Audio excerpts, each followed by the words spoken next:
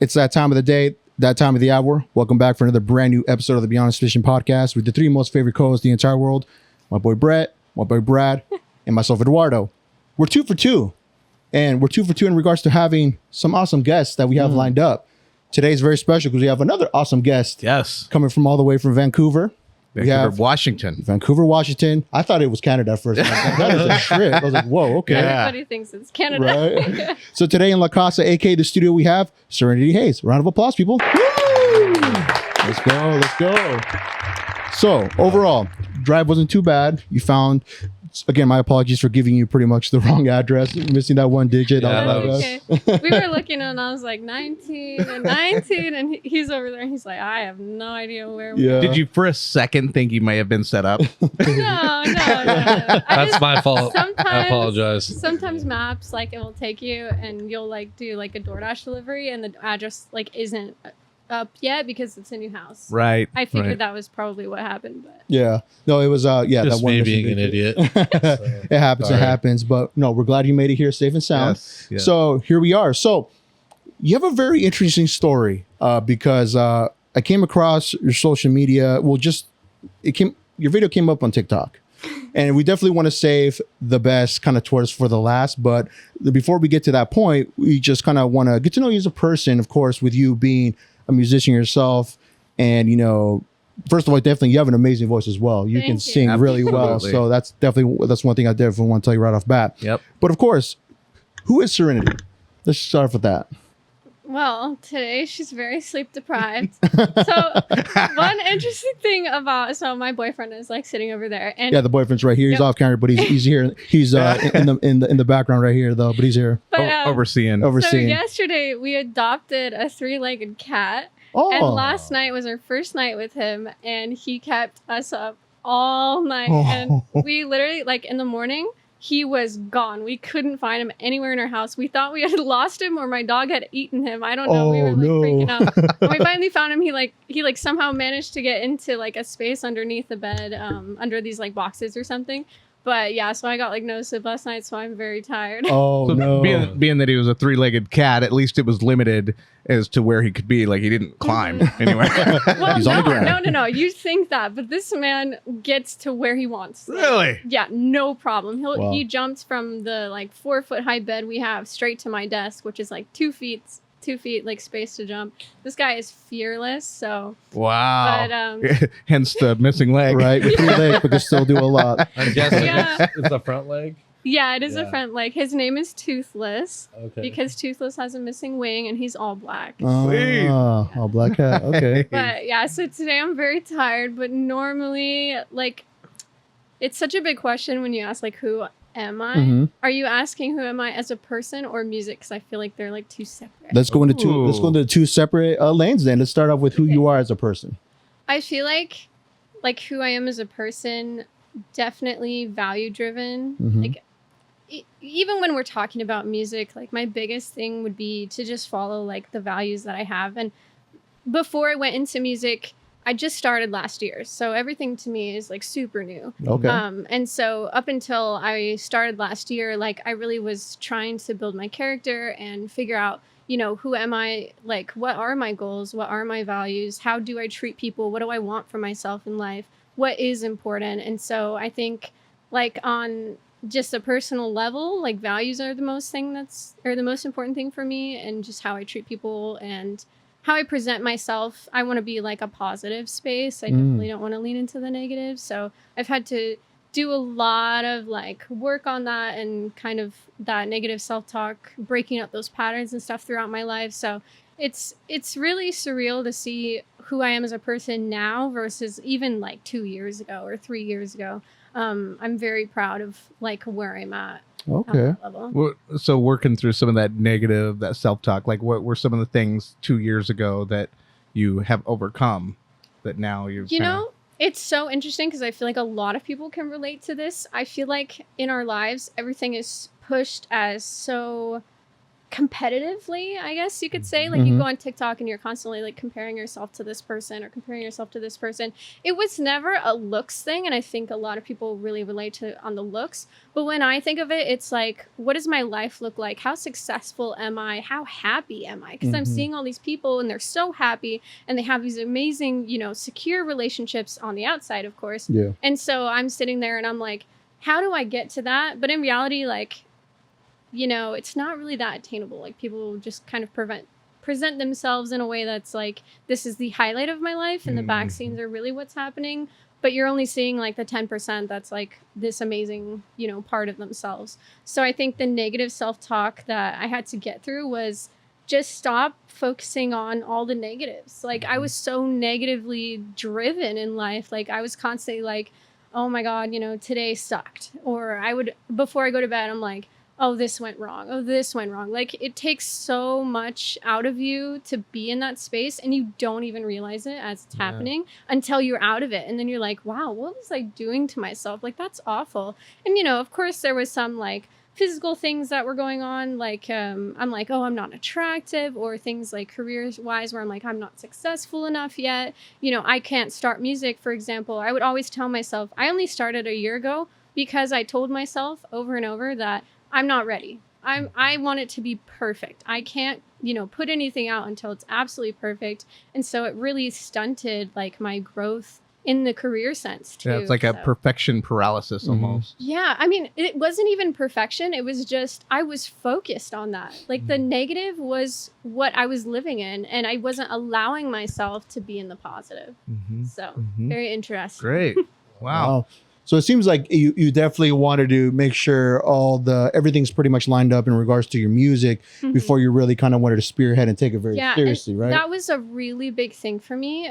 You know, if you talk to anybody in my family or anybody close to me, like the one thing that I really cared about was self-growth. Like I wanted to get to a point where if I did make it big in the industry, what am I representing? Like, what kind of person am I? You know, a lot of people get into the industry overnight and then, you know, they're like, oh my God, like I was not expecting this. This is a lot. And then sometimes people slip up and you'll have like all these controversies and like, I forgot the words, but yeah. So anyway, I just wanted to make sure that my character was where I wanted it before I, you know, am pushing myself into something that's gonna test me in different ways I've never been tested before. You know, like fame. I think hype, for example, like it's a little bit different than fame, but like even the hype from music, like you know somebody and you're automatically like that much more important. You're that much cooler. Everybody wants to be your friend, but it's like in reality, you just know somebody. Like So to me, that's superficial. surreal. Like that is insane. Like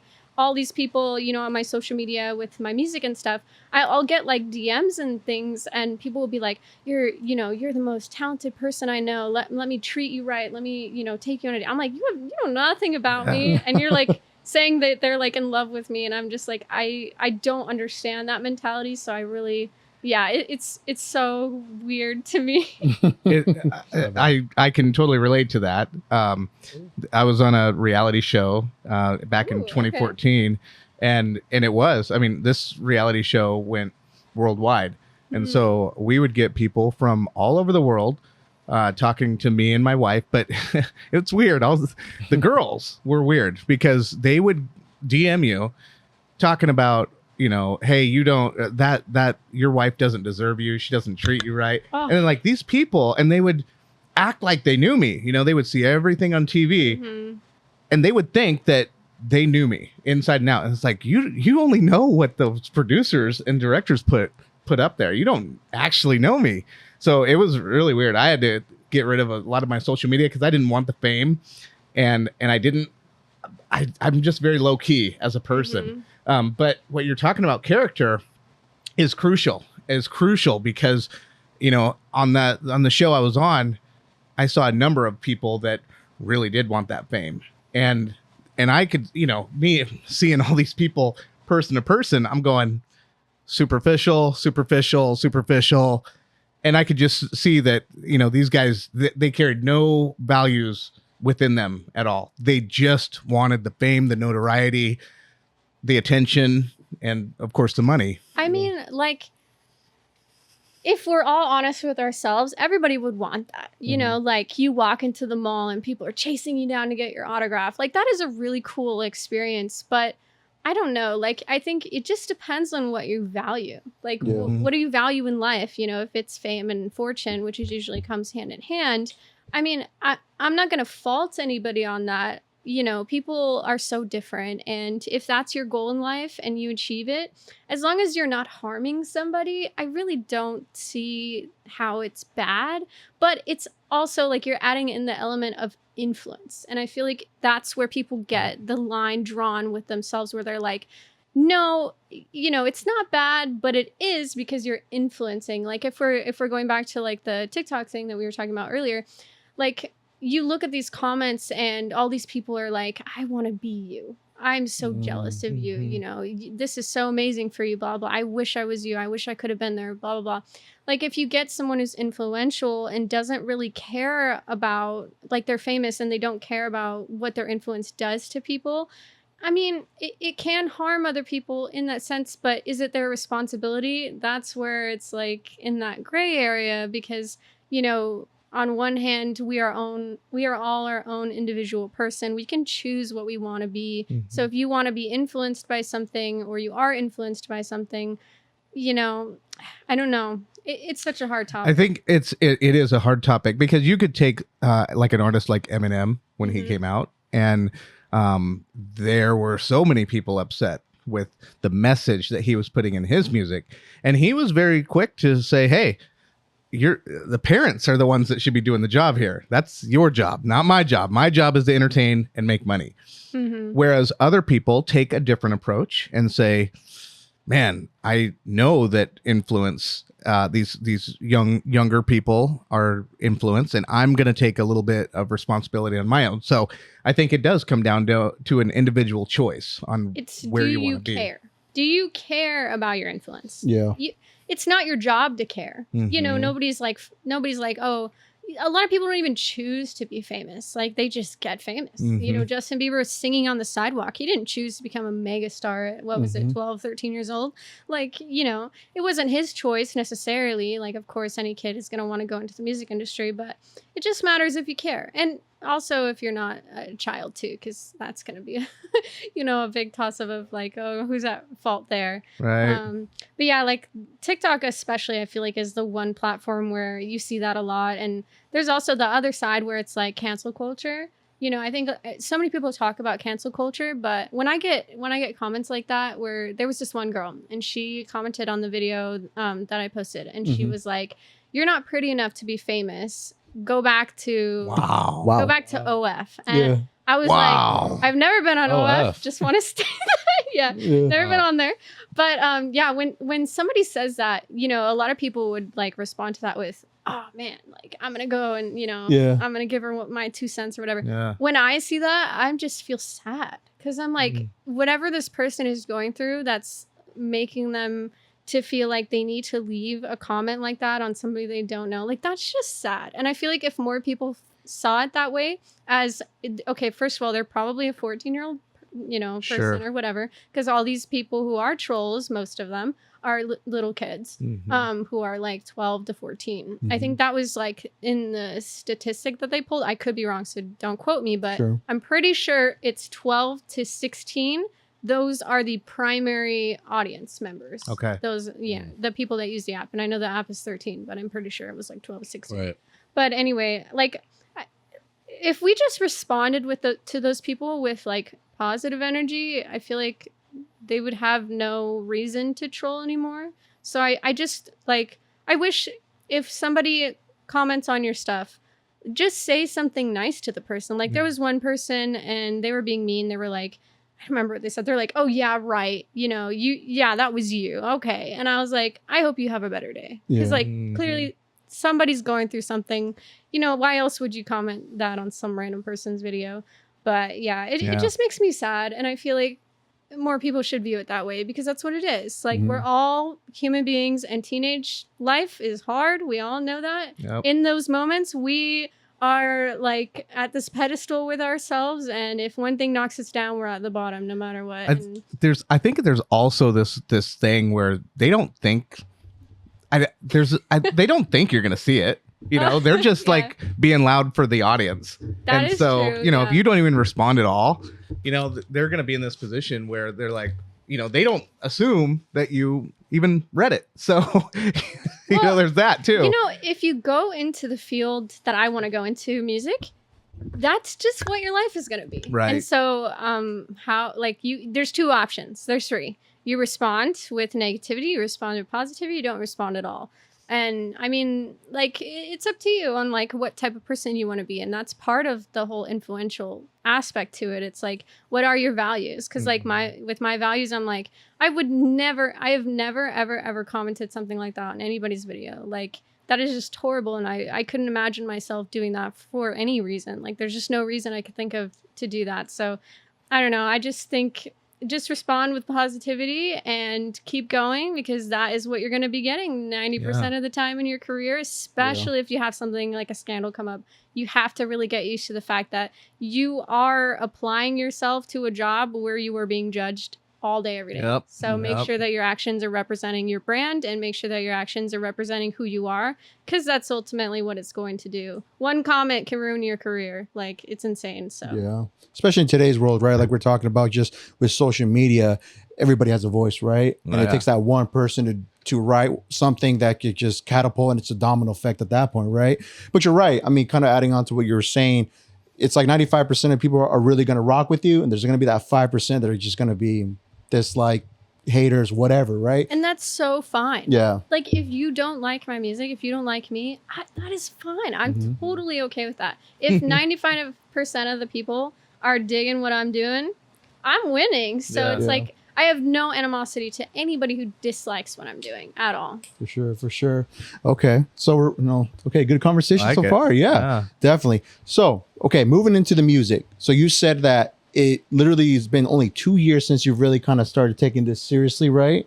So to give the full backstory on Okay. like my music stuff, so I wrote my first song in 7th grade. Okay. Shout out to Covington Middle School in Vancouver. Okay. Shout out, you Shout out guys. Covington. Yep. So I performed my first song. It was I was part of a ukulele club, and my guidance counselor heard the song I wrote, and she was like, "Oh, you got to do this at the assembly." And I was like 13. I don't remember how old I was, and I was like, "Okay." So the video is somewhere out there on Facebook. I don't know if I could find it, but yeah, I sang my first song, and that was really like my first foot in the door of like anything music related. Amazing. So ukulele club, shout you out too. That's awesome. But after that, I ended up working 2 jobs in high school, and I bought all my music equipment. I think I spent like $5,000 on everything that I whoa. needed. So a new laptop, a microphone, a MIDI keyboard, the FL program that I currently use. And I still use all that equipment, which is crazy because I bought it in like 2015 or something like that.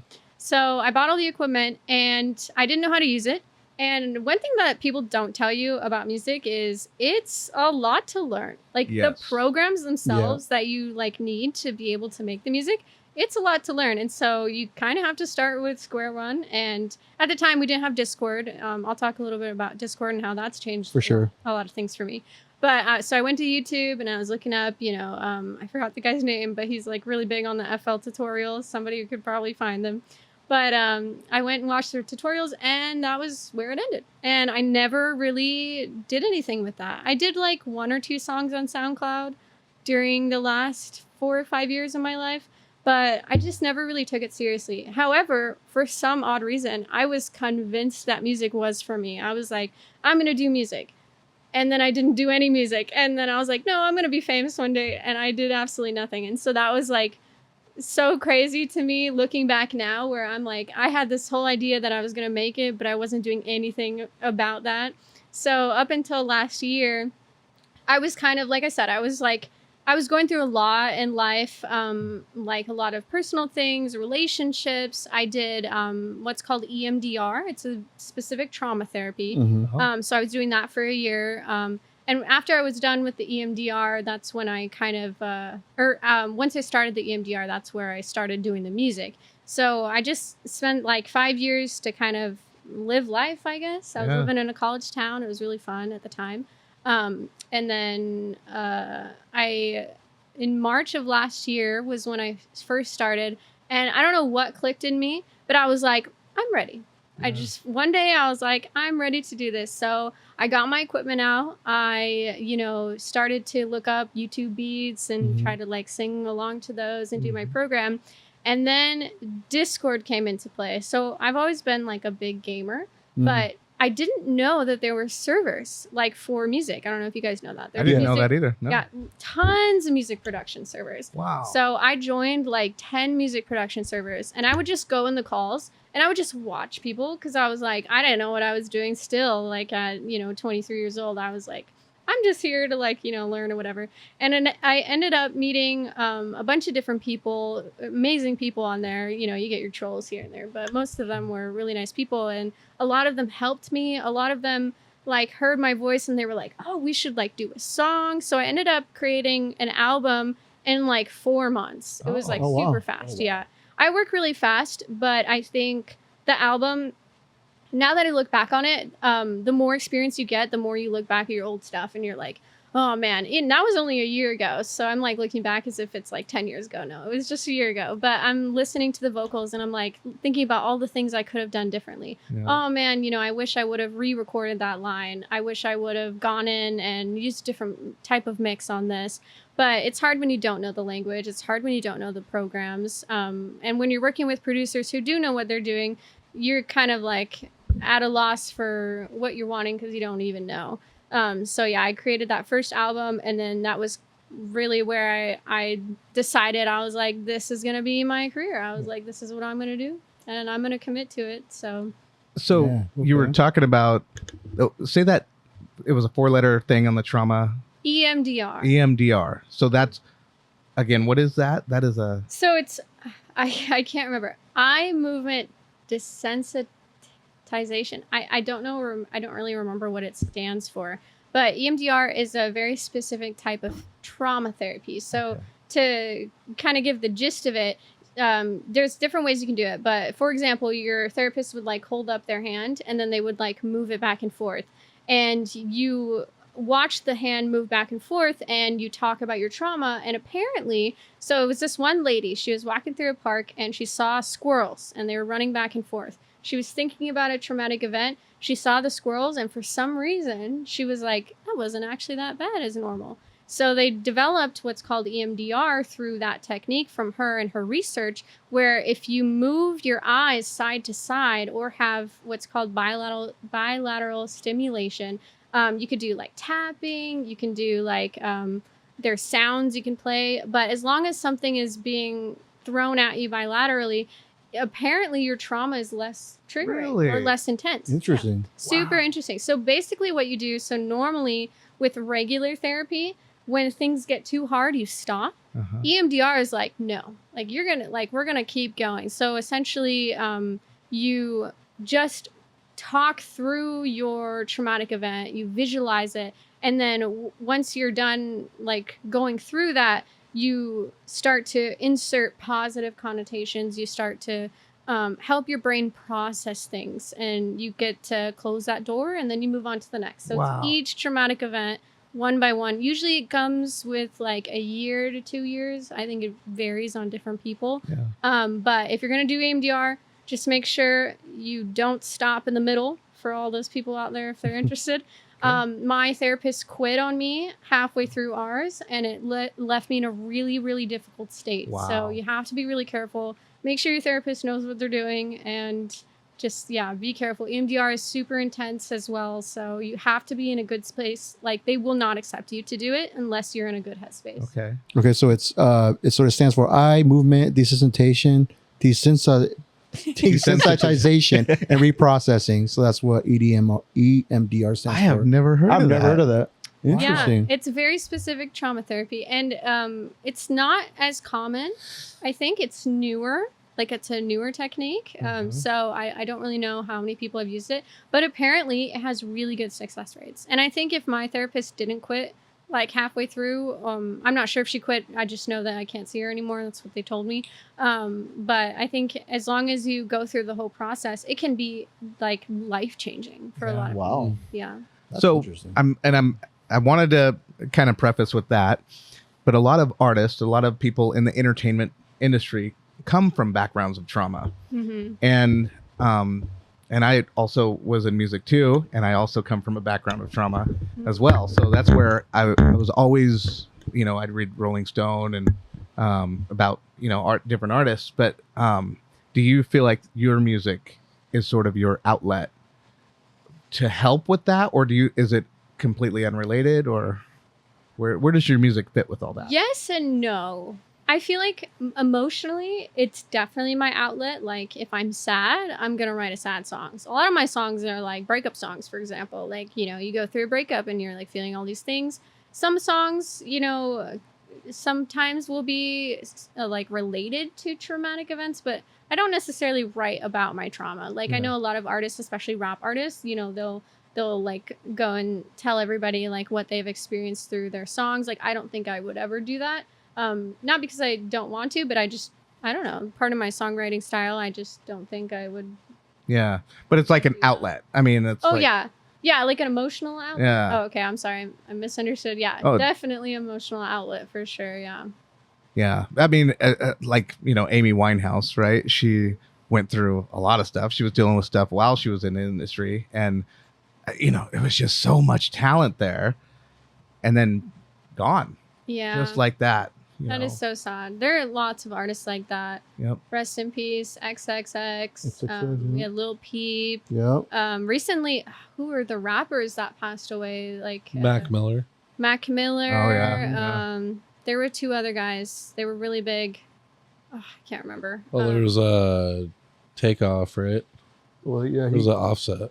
No, it was Takeoff. I don't remember. Migo? Remember One the of the Migos? Migos did, yeah. Yeah, but that was the shooting though. Yeah. I mean, I'm talking people that like can't quite get over that trauma, right? Like they get Oh, I see. Yeah. like drug abuse, like Amy Winehouse in specific. She was, the drugs took her, or suicide, right? Like Kurt Cobain. I think there's like so many factors that are involved with, unfortunately, that side of things, especially when you talk about fame, because it's just so intense. Like, Right.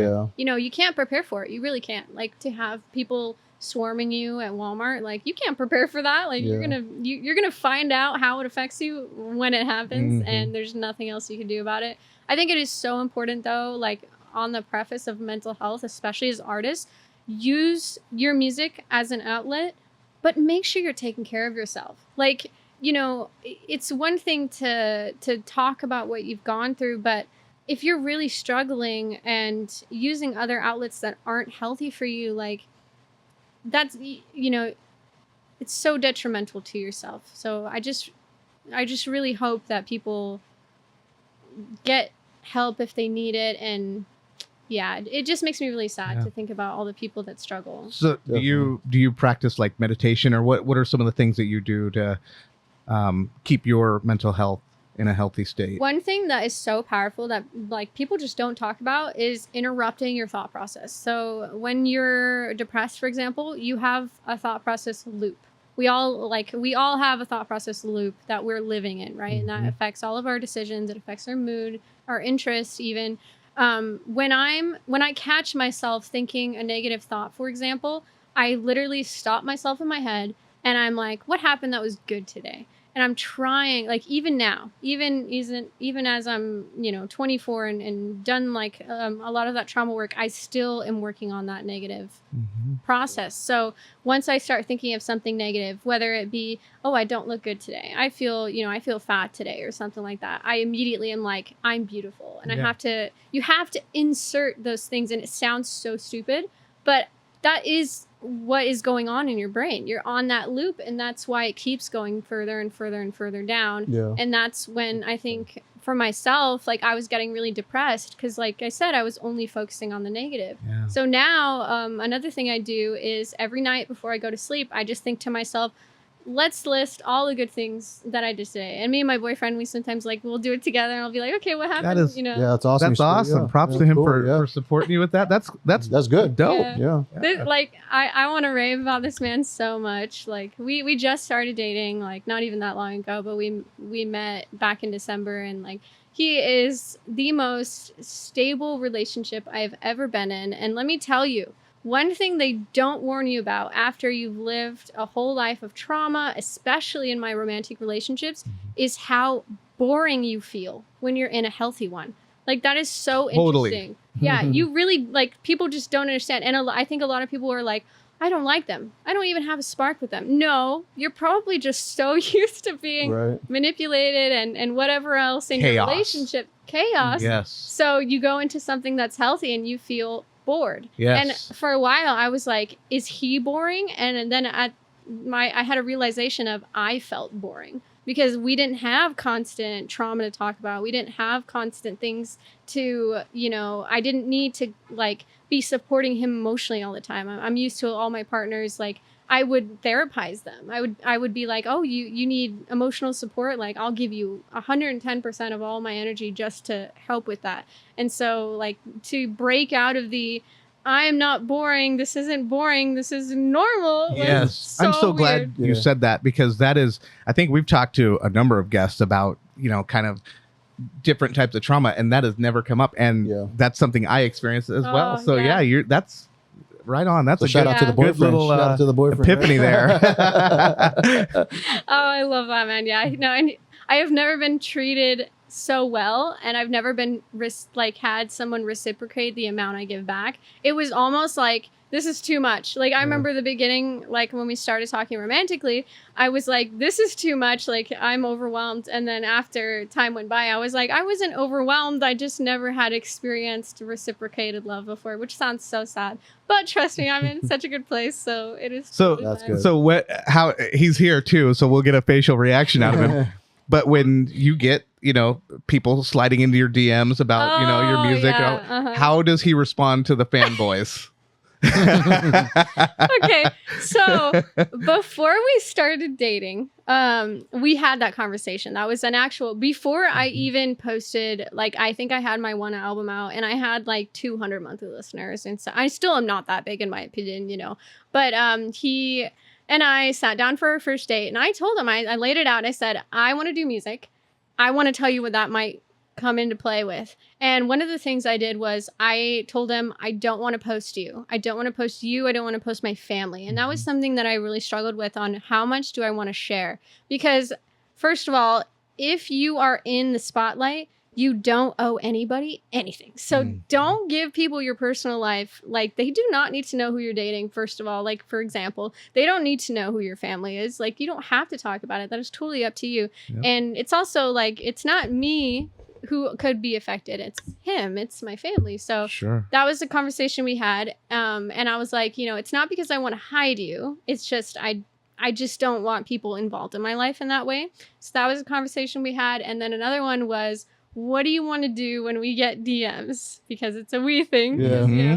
So over the past week, I have gotten quite a few DMs of people being like, oh, let me take you out. There was this one guy, he was like, I could be everything you need. And wow. So what we did is he took my phone and he sent a picture, like a selfie, and just sent it to them. Yeah. That's all you need to say. Boss move. One of the guys responded, ew.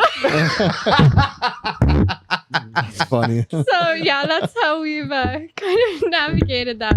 But he's totally aware. And another thing that we talked about, and I want to say too, if you're wanting to do music, you need to have these conversations, because these are so big, especially in your romantic life and your family life. Like, what you do is not just affecting them, or yourself, it's affecting them, and vice versa. What they do can affect me too. Yep. So you need those conversations. You need to know where you stand. And another topic was, how long will I be away? So we were talking, so he currently works here or in Vancouver, and we were talking about, okay, well, what if I need to be traveling a lot in the future? Like, that could be a potential thing if people need to fly me out for studio time or whatever. And he was like, I think I would need to get a remote job, because I don't know if I could stay at home while you're gone weeks at a time. Yep. And then we were talking about, buying a house in LA, because that's usually where all like the music hub is. Yeah. And so we were talking about like potentially buying a house in California and then buying a house in Washington, having the Washington be like our normal residence. California is just for travel. So we had a conversation about that as well. And he was like, I don't think I could do it if you're gone for long periods of time. So that's one thing where, you know, it's not happening right now, but we need to be prepared if it does, because that is where I want to go. Yeah, So For sure. Wow. For sure. Yeah, that's So one thing we definitely touched on before we record this episode, we were talking about, Brett had asked you the question about the genre of music that you make. Could you put that in a specific field? it's Can you so say- hard. I'm interested in a lot of similar but different genres, and they all resonate with pop electronic. Okay. So if I were to label myself into like a category, I would say I like Billie Eilish, Joji, and Eden. Like those would be like my collective artists. And then I also like the acoustic, like singer-songwriter. Mhm. Yeah. So like I don't really know what genre I would put myself in, but definitely pop. Like Pop, that would okay. be the general one. But I really like that electronic stuff. And in some of my music, you know, I really enjoy doing like EDM drops or like more chill EDM Yeah. drops. And Mhm. so I don't know. And recently I've been trying to experiment with, I did a song. I submitted it with my producer over in Portland. His name's Brian. He's amazing. Mhm. But we submitted a song for Devil May Cry. It's like a new Netflix anime. Okay. And we didn't get it, unfortunately, but it was like this like rock, like video game-esque. And I've never done that genre before. So Uh-huh. I'm really excited because I'm limited by the producers I work with. If the producer I work with knows how to do a genre, I can do that genre, but I can't do anything on my own. I don't know how to produce. So I am very limited on the people that I work with. But luckily I just met Brian and he's amazing in, you know, all of the genres, and he has time. And a lot of like I have a lot of amazing producer connections, but they just don't have the time, and especially if they're like working with bigger artists. And I have one who he does a like whole album with a guy or a whole EP with a guy every month, and he Wow. has produced like 3 or 4 of my songs, and so I try to, you know, get him whenever I can. His name's Justin. He's also amazing.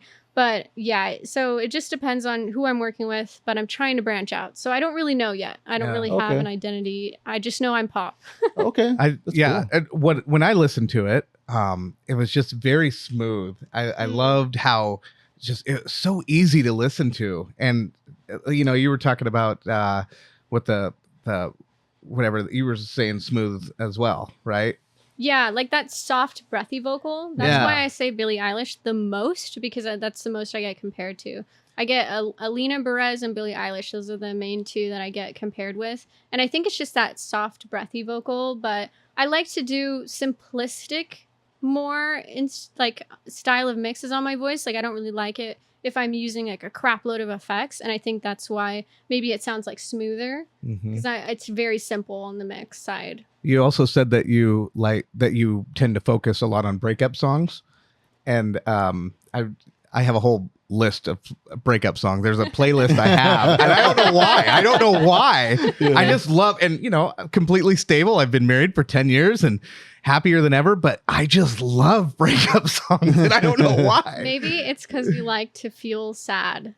Some people just really like to feel sad. I don't know if that's true. But when I listen to sad songs, I really enjoy the feeling of being sad. I don't know why. Maybe a familiarity. I think it's trauma related. Maybe. Probably trauma related, but I really enjoy the feeling of being sad, but also just feeling something in general. Because I think I spend a lot of my day without drama. Like it's so peaceful. And so I like to listen to music where I'm like imagining in my head, I'm like, yeah, you know, screw that guy. But I don't even know who they're talking about. But Yeah. You know, you might be right there, actually. Just like an emotional rise, right? You talk about everything is so ordinary and plain and vanilla, like there's no chaos, and Yeah. you get that rise, like, oh, there it is. Yeah. Okay, all right. So, okay, let's move into currently where we're at right now with everything Yeah. going on, and just leading into what I said in the beginning, how I came across your stuff. So I was at the Suicide Boys concert. I told you guys it was about 2 weekends ago, right? That I was Yep. going to go to this concert. Amazing concert, first and foremost. And the following week, you know, I'm on my For You page, just kind of scrolling, you know, doing my thing, you know, passing by time. I came across one of your videos. And I was just like, Interesting. Okay, so it's like a little vlog session of just kind of like her attending the concert and all this. Come to find out, you've actually were part of the Suicide Boys' latest album, New World Depression. Wow. So let's talk about that a little bit. So, you told that you kind of detailed it in the vlog on your YouTube page, which you'll plug up here when this releases. How did that come about? Everybody keeps asking me this. It's really interesting. We're going to talk about Discord. Yeah, definitely. Okay, so there's a Discord server. I'm so interested to see if people will join after this. There's Sweet. a Yeah, we'll Discord plug it server. up. It's called Cody Cord. I can't remember the artist, but it's like CX, so Cody Cord. And then I was in there last year in March when I Okay. was like working on that one album. Mhm. And I was in there and I was streaming a song that's now called Happiness on my Spotify. And I was streaming the vocals for it. And I was asking people in the Discord server, like, oh, what do you guys think about this? Does anybody know producers who would be interested?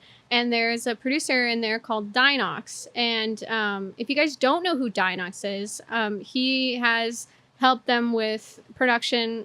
I'm pretty sure like all the albums, maybe recently, wow. but I'm not entirely sure. Yeah, it's really weird. Like producers are pretty low key. Like the recognition is really low for them.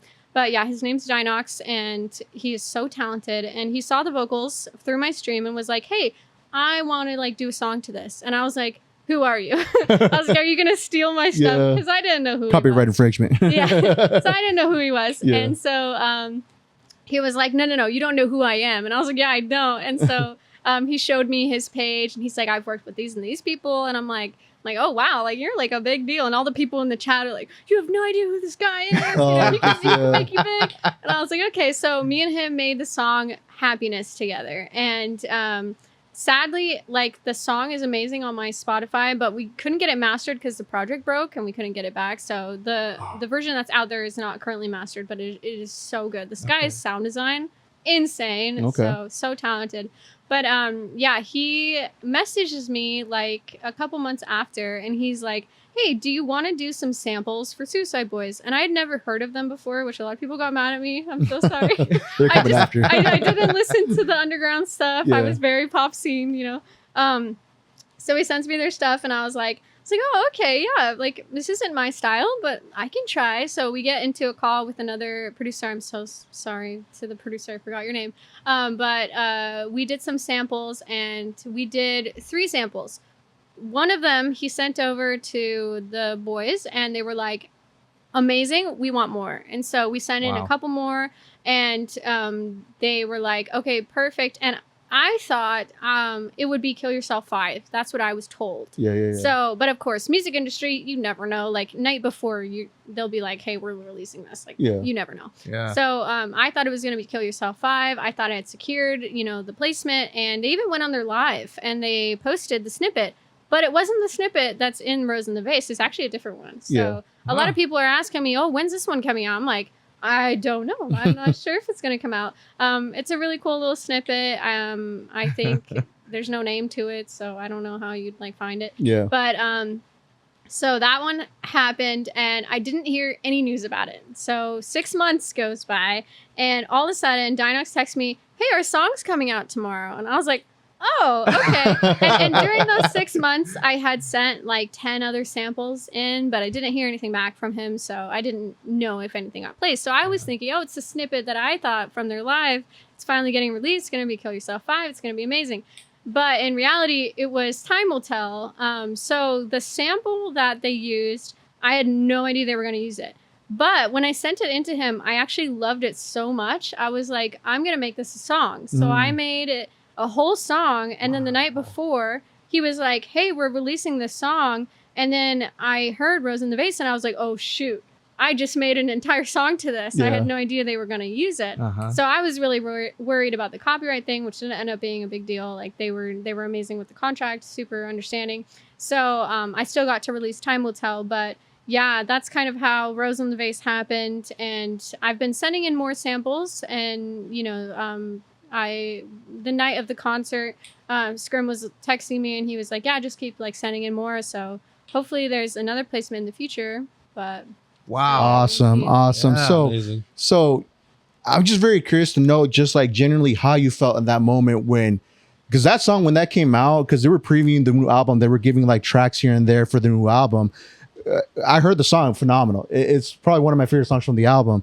And just knowing that we're sitting with the person that was involved with that, with the chorus, is insane to me, because it is a big deal to know that, like, you know, it's being heard all over the world. Yeah. Like, how do you feel about that, knowingly that you had a piece in the works with that to make a project of what it is now? I don't know. Everybody keeps asking me that. Like, how do you feel? How do you feel? I don't know. Like, I think it is so amazing. And I think if I was like a mega fan of theirs, like prior, I would feel different.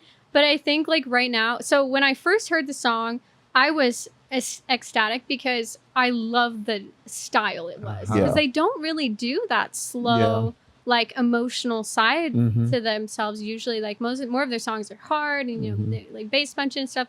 So when I heard it, I was like, wow, this is beautiful. I'm so excited that this is the one that I'm on, because I was worried I would, you know, be on something super like punchy and like it just wouldn't fit my style of voice or whatever.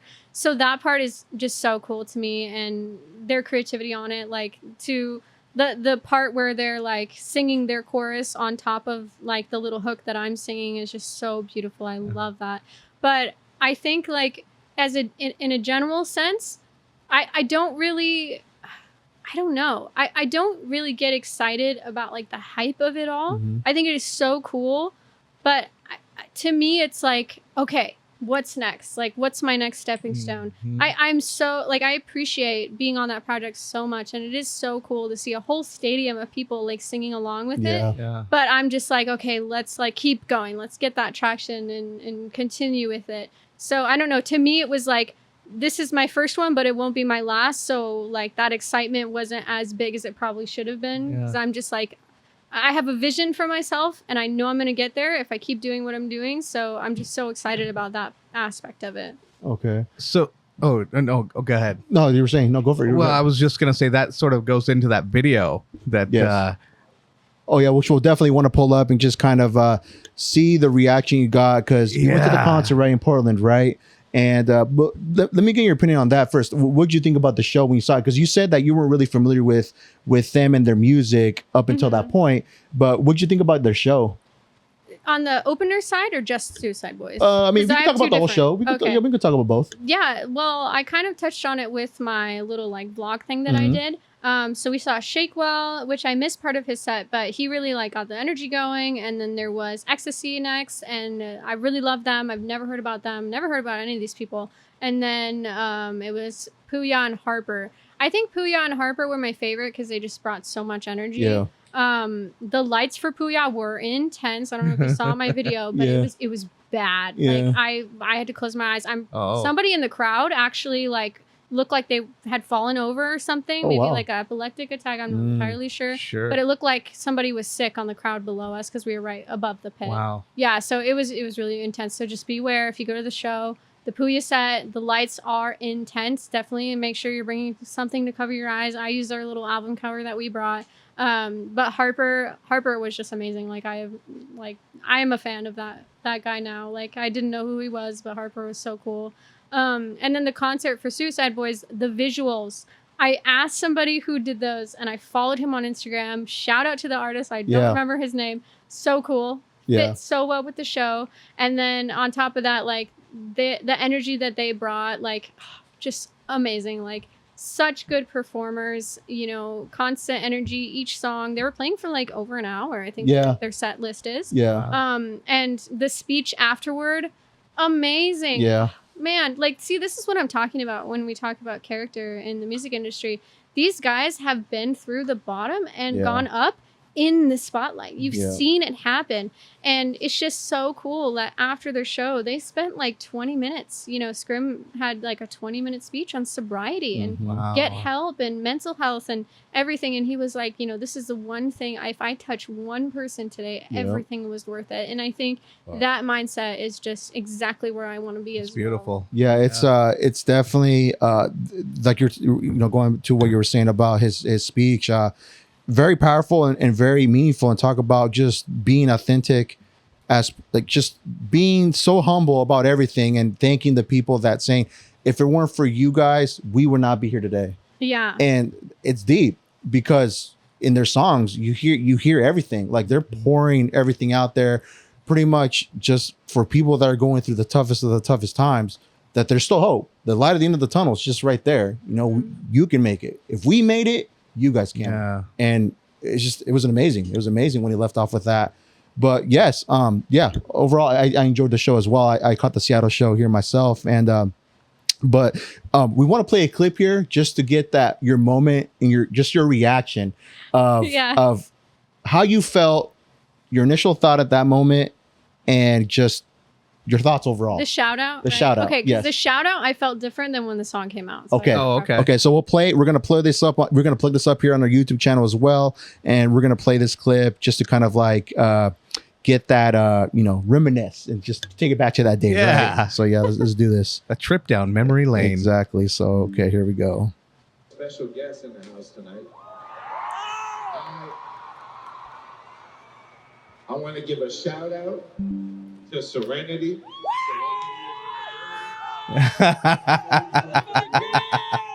There she is. This is the chick whose vocals are on this song. The chick.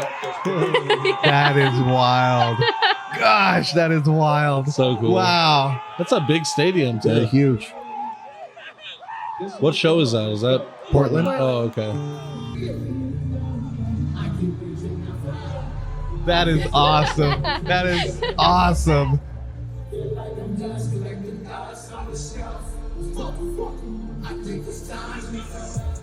Drop it. So yeah. That is So at that Wow. moment, like what was your just initial So- reaction? I didn't know going into like to give insight on the concert itself. We didn't have tickets until the day before. Okay. So like I was texting Dinox and he's super busy. So like I was trying to like give him space to respond. Mhm. But I was texting him like weeks coming up and he's like, oh, they'll get you an artist pass and you'll be able to go backstage. You'll be able to hang out with them and everything. But I didn't get the tickets until the day of. And when we went in, like I didn't know where we were sitting. I was super excited. It was my first concert ever. I've never been to a concert. okay. Oh, okay, Yeah, really? I've been to an EDM festival, which I guess is similar to a concert, but to see like a one artist headliner, Right. that was super cool.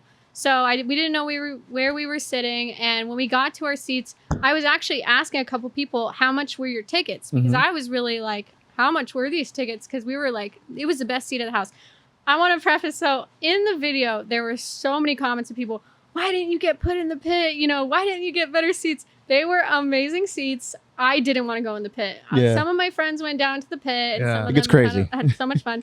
I have like some health issues and I need to be able to sit down. I get like fatigued a lot. So I chose not to do that. So everybody who's mad at them for not giving me better seats, don't worry. They were amazing seats.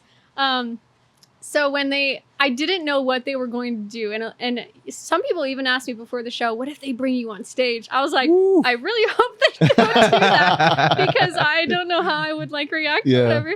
And so when they started doing the shout out, I kind of had a feeling that he would shout me out because we had been texting before the concert. So I was like, hey, like to my boyfriend, I was like, can you record this, and make sure that we're getting the song when it starts playing. And then that's when Scrim did the shout out. And when you're in that Amazing. moment, it was so exciting. I didn't know what to do with myself. And the people who I had talked to about the tickets, like they knew who I was because I was telling them. They were like, oh, how much were your tickets? And then I told them, oh, we got them comped or whatever. And so the people who are pointing at me are actually the people I was talking to prior to the show. Okay. And so they were helping like point me out or whatever. And I just didn't know what to do with myself. So I was just like waving. And I would like that moment was really, really cool because that was when everything hit me. Like when the song released, I wasn't really like as ecstatic. But when I like got recognized and all these people, are like seeing me in this whole stadium and everyone's cheering and everything, that was when I had my big moment of like, wow. It gives me that is- goosebumps. Yeah. Actually. so cool. And Scrim is just like the nicest person ever. Like really, really genuine guy. You hear about all these famous people who are, one face and one face when Right. like talking which direction. But no, this guy is like through and through amazing person. That's what's up, man. That's awesome too. And it's just like I said, when I watched that video for the first time, it's just like man, I talked to my boy here. I was like, this would be an awesome person to have on the pod to talk about our story for this, just to recount of what happened that day, right, and everything. Because on the pod, we just love having people on here tell their stories and just talk about their journeys through life, and if they got something going on in regards like you with your music, but just to kind of share to the world that like anything's possible, right? Like this is a true testament of like in my bedroom on Discord, literally. Yeah. Like I had a Rode NT2A mic and FL Studio. I don't know how to produce. Yeah. I literally just you put energy where you want to, and if you want something to happen, make it happen. If it's not happening, figure out why. Do something else, like find that outlet. For me, it was Discord. For other people, it's TikTok. TikTok is an amazing way to like also like promote yourself. But yeah, like just keep doing what you're doing, and literally anybody can make it. Like just keep going. Yeah. So do you think that TikTok is going to be kind of that outlet or that thing that helps you blow up? Yeah, I've been contemplating this. So I'm working on an album right now, and it's hard for me because the only stuff that is recent that I've released, besides that first album I made last year, I have 3 songs: Time Will Tell, Call Me Dumb, and I'm Obsessed With You. And I feel like those 3 are not enough to promote myself because I just have 3 songs. So I don't know. It's such a hard thing for me to picture, like, what is my future going to look like as far as when am I going to start promoting myself? Where am I going to go for that? TikTok, I have like 7,000 followers or so right now, which is so cool. But what I'm also worried about is if I'm not posting Suicide Boys content, are they going to stick around? Because everybody's following me for Suicide Boys, and I don't make that style of music. So I'm not entirely sure like what I will be doing. I think once I finish this album, that's when I'm going to really like head first into the social media like promotion. Because right now I only have 3 songs that I'm really like, yes, I would promote these, but it's just not enough, Like I could ride the hype wave of Suicide Boys, but then everybody who's following me is going to want that type of music, and I'm just not going to be able to give it to them. So yeah, they're going to tie you with that instead of really tying you for your, what you're actually putting out and all that. Well, I don't right? mind, right? Like the G59 family, like all the people who are like big fans, like they're amazing people, and everybody is, the 99% of people have been so supportive and so loving, and everybody's like, I'm so proud of you. I'm so happy for you. So I don't mind like riding that wave and being connected to Suicide Boys. Eventually, like I would like to make a name for myself from my own music, but I don't really mind. You definitely have the talent, and For sure. and really, I think that's the cool thing about being a guest on an album and with an artist is, you're just showing how you can fit in on that particular spot. But I think everybody knows that guest has their own thing as well. It's just that in that particular juncture, that's where your crossroads met. Yeah. And I definitely want to work with more like rap artists.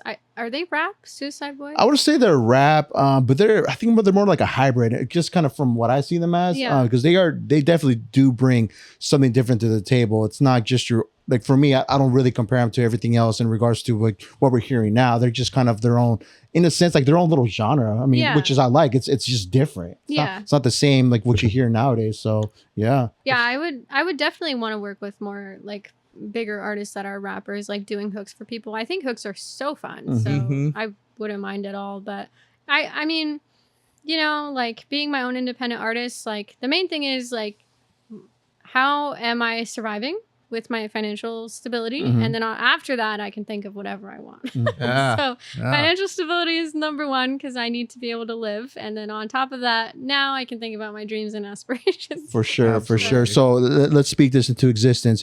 Right. Who would Serenity want to work with in the future in regards to just bigger names? I know you've mentioned some names before. I've never thought about this. Yeah, but who would you like? Let's just say your top 3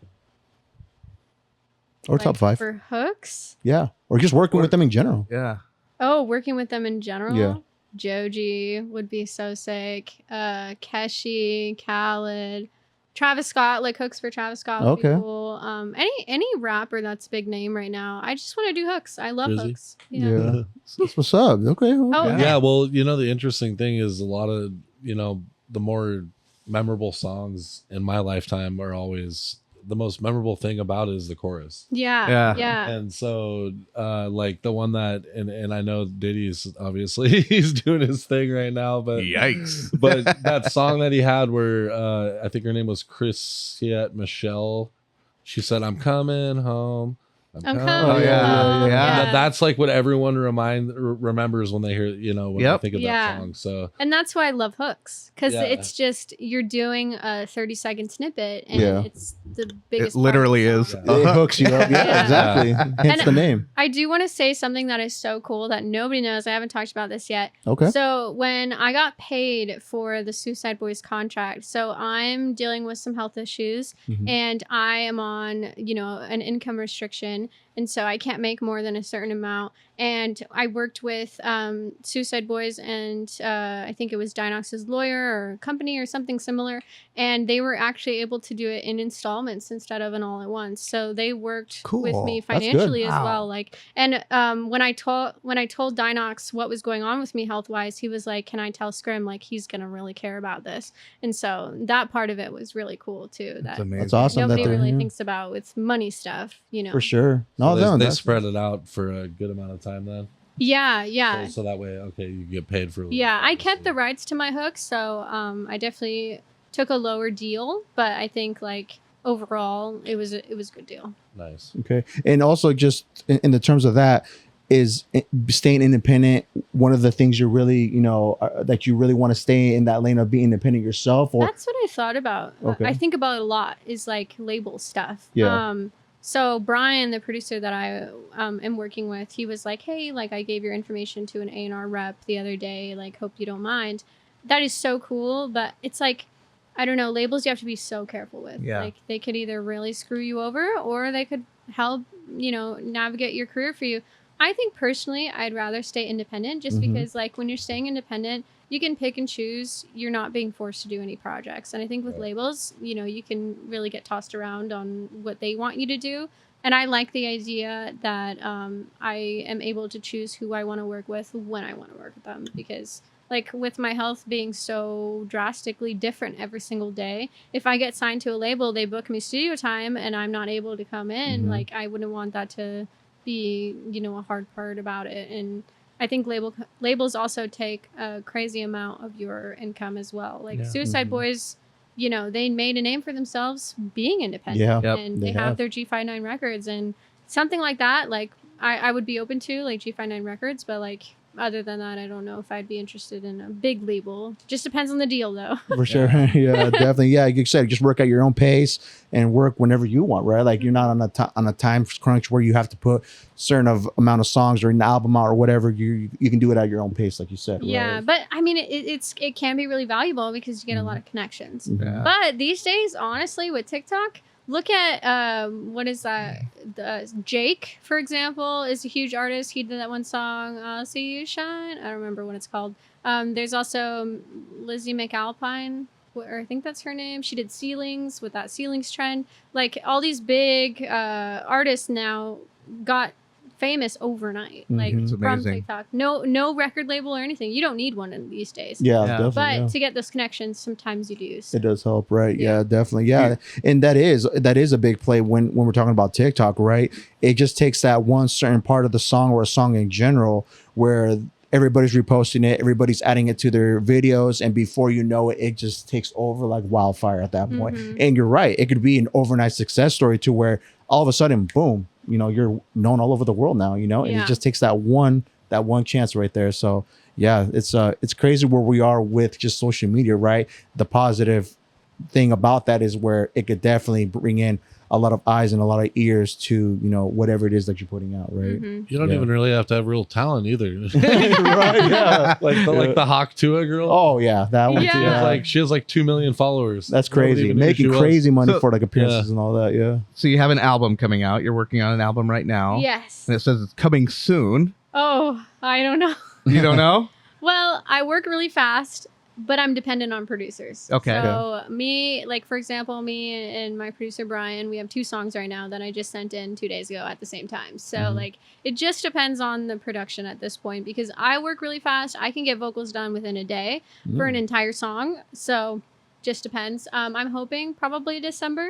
It sounds like a good deadline to me, but it just depends on production. So for people paying attention and want to hear your album when it comes out, how do they just stay plugged in with your TikTok, or how are people going to know? Definitely any social media, TikTok, YouTube, Instagram. I probably am the most active on Instagram, but that might change with TikTok because TikTok is, the biggest platform to use for music promotion. Yeah. So I would say Instagram to find the most recent updates, and then maybe TikTok in the future will become a big thing for me. I'm not entirely sure. Okay. Okay. So you're still preliminary, and you probably don't have an album name in mind yet or anything. No, I don't.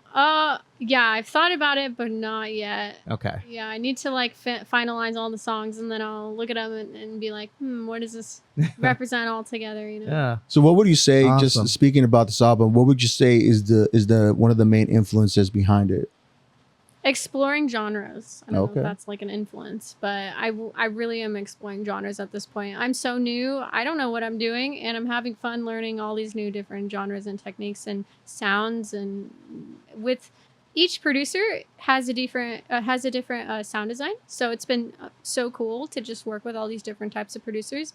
Have the sound design here, have the sound design here. So I honestly wouldn't be surprised if each song in the album sounded totally different, didn't even connect in any way, but I'm going to make it connect in some fashion. Yeah. Awesome. Wow. Being creative. Yeah. I love it. All right. Well, Serenity, we don't want to take too much of your time, and definitely just want to say we appreciate you taking the time out of your day to come here and be a guest on our podcast. We definitely appreciate it very much. And also, we just want to wish you as much success comes your way. It's awesome to see that we're witnessing something in the making now to where, before you know it, we might see you on TV like, Oh, yeah. you know what I'm saying? So we will be the one in the crowd shouting out. right. So definitely thank you for coming by and, like I said, making this trip. But before we wrap this one up, is there anything you'd want to say or let the people know, just kind of, just anything you want to say? Be kind to people, Be please. kind to people. We are in a world of social media. Like, if there is one thing you take out of anything that I say, take care of your mental health and just be kind to people. Always just assume that someone's having a bad day and then respond accordingly. So that's what I try to do. Awesome. And Awesome. be positive Be Yeah. to positive. yourself. Yes. Be positive. Okay. Good way to end it. Well, when you are in Seattle, give us a shout, and we will be down there. Definitely. Yeah. We'll support for sure. We'll definitely support Thank you. 110%. Appreciate it. And also, we'll plug in Serenity's socials down in the video description of YouTube when this drops, and we'll plug all their socials, right? Yeah. TikTok, Instagram, YouTube. Is there anything else we're missing? I don't really use anything else. Spotify or Oh, you? Spotify. Spotify. Yeah. Okay. Yeah, the Spotify link as well. So we're gonna wrap this up, ladies and gentlemen. This will drop, I think, probably next week. And we're recording this on a Saturday, September 1st. So it'll drop here very soon. But of course, stay in touch with us. We're on Instagram, Beyond Expectation Podcast. We'll have direct links to where we're available on major streaming platforms like YouTube, Apple Podcasts, Spotify. And yeah, that's pretty much it, guys. Unless I'm missing beautiful. anything else. Yeah. Yeah, thank you. Okay. All right. Thank you so much. We're Yeah. going to sign out. Take care, everybody. We love you. Till the next time. Peace. Peace.